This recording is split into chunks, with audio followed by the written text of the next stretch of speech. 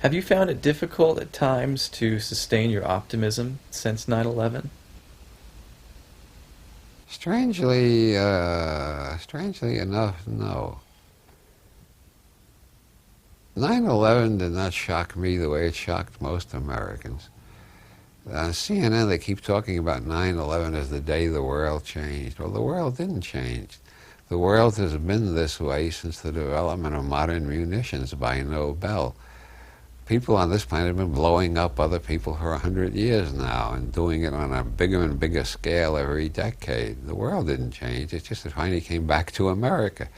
In the last 50 years, America has been doing most of the bombing, and nothing has been coming back and hitting us. I knew eventually something had to come back and hit the United States. It didn't surprise me at all when it happened. I just wondered why it took so long. So it didn't dampen my optimism. It just made me realize the struggle is going to be longer and harder than I realized. But then again, this may be the beginning of the end. Well, there's a commercial on television now that says change occurs on the edge of chaos. Those damn bastards will lift anything. That comes from Prigogine and the Nobel Prize work in the 1970s on dissipative structures, which was a chemical thing, but he immediately saw the application of his mathematics to other complex systems, and he suggested the planet today is a dissipative structure.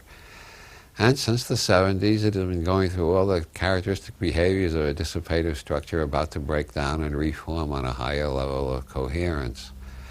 And I think Internet provides the higher level of coherence, and all we got to do is get the governments out of the way and let the people of the world deal with each other over Internet. It'll take a while. It sounds utopian, but governments are a damn nuisance to everybody. Nobody really likes them. They only like their government better than other governments because they're brainwashed into thinking our government isn't quite as bad as the others. Everybody on the planet thinks that.